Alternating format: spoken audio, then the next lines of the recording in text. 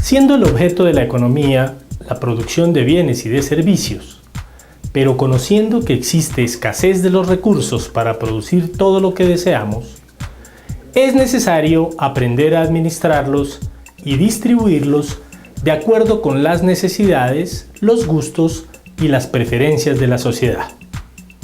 En una palabra, debemos ser eficientes.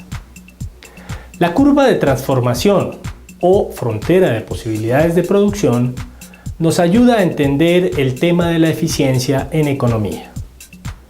La frontera de posibilidades de producción consiste en un modelo o representación gráfica simplificada de la realidad, que nos muestra hasta dónde podríamos llegar, es decir, cuál es el límite en la posibilidad de producir bienes y servicios si somos eficientes en el uso de los recursos que poseemos. Para poder construir este o cualquier modelo es necesario formular algunos supuestos. Número 1. En razón de la limitante que tenemos en el número de variables que podemos graficar en un plano cartesiano, vamos a suponer que la sociedad produce solamente dos bienes, a los cuales denominaremos canasta de bienes. Por ejemplo, armas y alimentos. Número 2. La producción debe medirse en unidades de tiempo, es decir, debemos definir cuándo inicia y cuándo termina la producción de estos bienes y servicios. Número 3. Se conoce tanto la capacidad tecnológica como los factores de producción, tierra, trabajo y capital, que poseemos en un determinado momento. Número 4. Los factores de producción se podrían utilizar en diferentes actividades. Son versátiles, pero no necesariamente son igualmente productivos en cada actividad en que se usen. Por ejemplo, un lote de terreno se puede utilizar para la construcción de una fábrica o para la reforestación.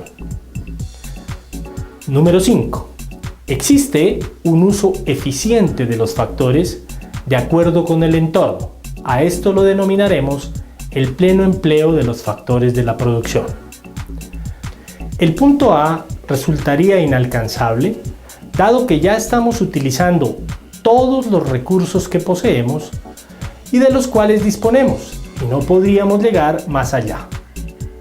El punto B lo consideramos como punto de ineficiencia, porque si bien es cierto podemos lograr esta combinación de producción, podríamos con los recursos que poseemos llegar a los puntos D o C, lo cual significa que estamos dejando de utilizar algunos recursos productivos, es decir, tenemos recursos ociosos. En resumen, todos los puntos que se encuentren por debajo de la curva de frontera de posibilidades de producción se consideran como ineficientes, porque con los recursos existentes se podría producir una cantidad mayor, al menos de uno de los bienes, sin sacrificar la producción de ningún otro. Por el contrario, cuando llegamos al máximo posible de producción, puntos que se encuentran sobre la frontera de posibilidades de producción, con el uso eficiente y pleno de los recursos productivos, para poder producir una cantidad mayor de uno de los bienes, necesariamente debemos sacrificar la producción de otros, siendo aquí donde se genera lo que en economía se llama el costo de oportunidad, ya que se disminuye o pierde la posibilidad de obtener un bien por querer tener más de otro bien. Veamos ahora la relación que existe entre la frontera de posibilidades de producción y el crecimiento económico. Está claro que con unos factores productivos y una tecnología dados, las sociedades alcanzan unas determinadas posibilidades de producción de bienes y servicios. Si aumentase la cantidad de factores productivos disponibles o si mejora la tecnología, los métodos de producción, también puede aumentar la posibilidad de producción. Cuando esto sucede, se habla de crecimiento de la economía o se dice que el país crece económicamente. El crecimiento económico supone entonces el aumento de los recursos productivos de una parte o el aumento de la capacidad productiva de otra.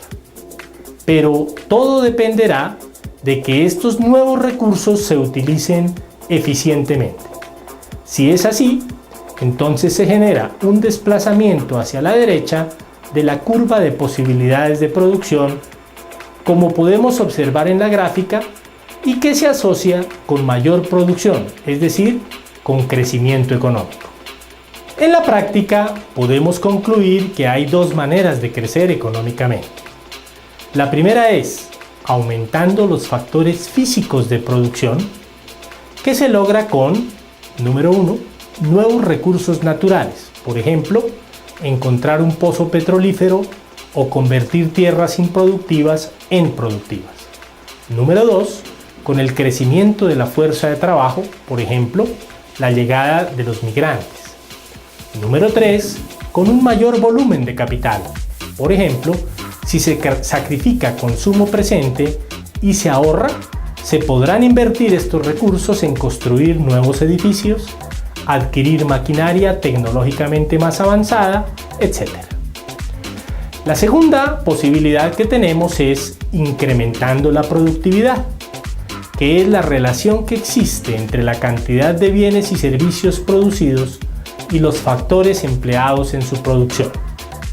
Se refiere entonces al aumento de la capacidad productiva y se puede calcular mediante una expresión como la siguiente. La productividad será igual al número de unidades producidas dividida sobre el número de unidades de factor productivo utilizado. Por ejemplo, la capacitación de la mano de obra o el mejoramiento de la tecnología, lo cual permitiría aumentar la producción sin aumentar el uso de recursos físicos. Podemos encontrar el caso en que una mejor tecnología genere un desplazamiento de la frontera de posibilidades de producción hacia el bien que recibió la mejora, como lo observamos en el gráfico.